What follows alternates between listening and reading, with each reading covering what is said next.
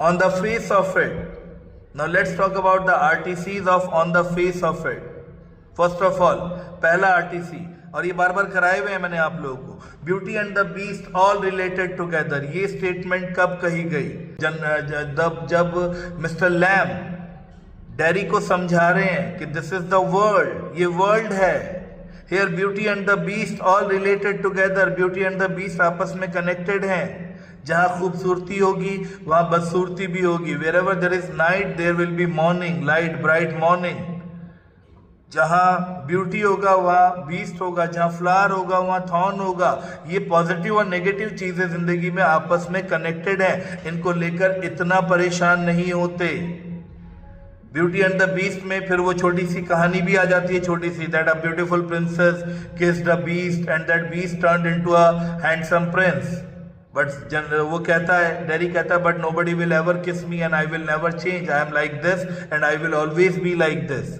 तब Mr Lam उसे बोलते हैं कि भाई ये चीजें रिलेटेड हैं, ब्यूटी एंड द बीस्ट चीजें रिलेटेड हैं, अच्छाई बुराई खूबसूरती बदसूरती सब आपस में जुड़ी हुई हैं, इनको लेकर इतना ये चीजें इतना मैटर नहीं करती। They don't create that much of impact. You need to frame your answer on this track. Why one green growing plant called a flower and the one is called a weed? एक green growing plant को आप flower कहते हैं, दूसरे को weed कहते हैं। Why? Yes, ये स्टेटमेंट अगेन मिस्टर लैम ने डेरी को समझाने के लिए कही, to develop his journalistic approach. चीजों को लेकर वो कहता है don't be exclusive, be journalist. हर चीज को पसंद कर जो भगवान ने बनाई है। वो से यहाँ बताना चाह रहा है कि वो he likes anything and everything created by God. ये डिफ्रेंसिएशन तो हम करते हैं। वन ग्रीन ग्रोइंग प्लांट, एक पेड़ एक पौधे को हम बोलते हैं कि ये फ्लावर वाला पौधा है, एक को कहते हैं ये घास है। क्यों भाई? जस्ट बिकॉज उस घास वाले पौधे में फूल नहीं लग रहा है, जबकि life both has the same life, they both have the same life, same cell sap is running through them. दोनों के अंदर जिंदगी है, दोनों के अंदर सेम लाइफ है। जस्ट एक में फूल लग रहे हैं, एक में नहीं लग रहे हैं। एक को पसंद करना, दूसरे को ना पसंद करना, it is all our attitude, all our approach. जबकि ऐसा नहीं होना चाहिए। We must like anything and everything created by God. तभी तो कहता है if I like the light of the day, अगर मुझे दिन की रोशनी पसंद है, I like the darkness of the night, मुझे रात का अंधेरा भी पसंद है, मुझे रात का अंधेरा भी पसंद है। तो he is telling little French to be journalistic in his approach. वो चाह रहे हैं जनरलाइज अप्रोच रखो चीजों को लेकर, बहुत एक्सक्लूसिफाई मत करो चीजों को। Next, everything is same, everything is different. ये लाइन कब आई? जब लिटिल फ्रेंच बोलता है कि उसकी एक पड़ोसन, उसकी रिलेटिव घर आई और उसने कहा इसको क्यों लेकर आ गए, he should have been left with the people like him. कहता what kind of world that would be. कह रहा सारे जले हुए चेहरे वाले एक साथ, सारे लंगड़े एक साथ, सारे काले एक साथ, सारे अंधे एक साथ। मिस्टर लैम कहते ये क्या बात हुई? जस्ट बिकॉज दो बंदों का चेहरा जला हुआ है, this doesn't mean that they both are same. They have different ideology, they have different mind makeup, they have different thought processing, they have different personality, damn it. How can two people be equal just because of their physical affinity? दो बंदों की physical affinity same है, दोनों physically same दिख रहे हैं, उनका चेहरा जला हुआ है, इसका मतलब वो एक हो गए। अलग पर्सनैलिटी, अलग identity bro. Everything is same but everything is different. दिखने में हर इंसान, हर मर्द, हर आदमी एक जैसा ही दिखता है। दो हाथ, दो पैर, एक नाक, दो कान, दो आंख, एक जैसे ही दिखते हैं, बट हर बंदे की अपनी अपनी पर्सनैलिटी है ना। एवरीथिंग इज डिफरेंट ना। तो वो उस ट्रैक पर उसको पॉजिटिव बनाने की कोशिश कर रहे हैं।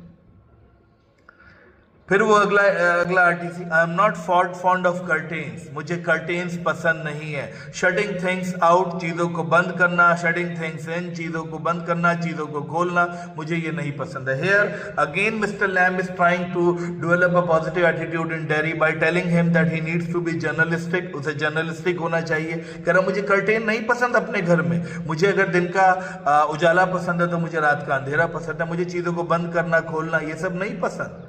I like anything and everything created by God. मुझे रात को चलती हुई हवा की आवाज पसंद है। यहीं पर डेरी बोलता है yes I also like the voice of the rain at night when they fall on the roof. रात को जब बारिश की आवाजें गिरती हैं, बारिश की बूंदें गिरती हैं छत पर, मुझे वो आवाजें पसंद है। यहीं से एक और आरटीसी आता है, so you are not lost, so you are not lost, you are not entirely lost. ये स्टेटमेंट मिस्टर लैम ने तब कही जब लिटिल फ्रेंच ने अपने बारे में, जब डेरी ने अपने बारे में बताया कि मुझे भी बारिश की बूंदों का गिरना, उनकी आवाज पसंद है। तब मिस्टर लैम कहते हैं यू आर नॉट लॉस्ट, तेरे अंदर की जिंदगी अभी पूरी नहीं खत्म हुई है, तेरे अंदर है लाइफ, तू मत खोया कर, मत डरा कर। Last RTC from On the Face of It.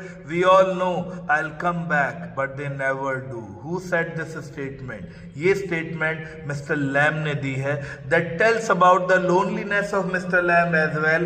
इन लाइनों में Mr. Lamb की loneliness को भी explain किया गया है, जहां पर वो ये कहता है कि लोग ये कहकर जानते हैं, सब जानते हैं, लोग ये कहकर जाते हैं that I will come back, मैं वापस आऊंगा. They never do. कोई भी वापस नहीं आता. This line is strongly and clearly conveys this message that Mr. Lamb, no matter how much he is speaking that I have friends, बच्चे आते हैं, ये है वो है, इक्का दुक्का कोई आ गया तो आ गया, इसको इतना डीपली नहीं लेना है। ये 2-4 बच्चे आ गए तो आगे, बट जैसे एक इंसान के साथ दूसरे लोगों का होना चाहिए कि कोई आए, मिले, बैठे, बातें करे, ऐसे कोई नहीं आता मिस्टर लैम्ब के पास। बोलकर जाते हैं हम आएंगे, लेकिन कोई भी वापस नहीं आता। लास्ट आरटीसी एक और, जब मिस्टर लैम्ब उसे बोलते हैं you have a half face but the world got the whole face, you have a half face but the world got the whole face and you must look at the world on the face of it. इस RTC में mister Lamb उसे क्या समझाना चाह रहे हैं? Mister Lamb उसे ये बताना चाह रहे हैं कि तेरा चेहरा आधा जला हुआ है, दुनिया का तो नहीं। दुनिया का चेहरा तो पूरा है, दुनिया तो पूरी है, बट इस आधे चेहरे की वजह से तुम दुनिया को पूरा नहीं देख रहे हो। मैक्सिमम टाइम तुम, आधा दिन तुम घर से बाहर नहीं निकलते हो, तुम लोगों से इंटरेक्ट नहीं कर रहे हो, you are not meeting with people, talking with people, gelling up with them, you are not making friends, actually you are looking at the half of the world. तुम तो दुनिया ही आधी देख रहे हो अपने आधे जले हुए चेहरे की वजह से। And you should look at the world on the face of it, जबकि तुम्हें दुनिया पूरी पूरी देखनी चाहिए। तो ये उस सेंस में आरटीसी आएगा। So these are the RTCs from the chapter on the face of it.